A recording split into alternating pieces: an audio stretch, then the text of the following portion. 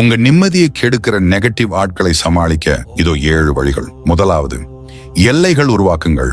உங்க மன நிம்மதியையும் சக்தியையும் பாதுகாக்க நீங்களே சில கோடுகளை போட்டுக்கோங்க. இரண்டாவது, உணர்ச்சி வசப்பட்டு பதிலளிக்காதீங்க. அவங்க உங்களை கோவப்படுத்த முயற்சி செய்யும் போது நீங்க அமைதியா இருங்க. அதுதான் அவங்க ஆட்டத்துல ஜெயிக்கிற ஒரே வழி. மூணாவது, உங்க பலவீனங்கள் என்னன்னு தெரிஞ்சுக்கிட்டா அவங்க உங்களை மேனிப்புலேட் பண்ண முடியாது. நாலாவது, உங்க உணர்வுகளுக்கு முக்கியத்துவம் கொடுங்க. ஒருத்தர் கூட இருக்கும்போது நீங்க எனர்ஜியா இருக்கீங்களா இல்ல சோர்ந்து போறீங்களான்னு பாருங்க. அஞ்சாவது, உங்களுக்காக விளக்கம் கொடுக்காதீங்க.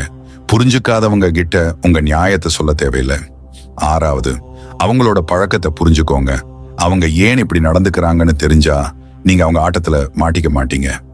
ஏழாவது, அன்போடு விட்டு கொடுங்க. உங்க நிம்மதி ரொம்ப முக்கியம்னு புரிஞ்சுக்கிட்டா உங்களை கஷ்டப்படுத்துறவங்க கிட்ட இருந்து விலகி போறது ஈஸி. உங்க அமைதி தான் உங்க சக்தி. அதை பாதுகாத்துக்கோங்க. நன்றி.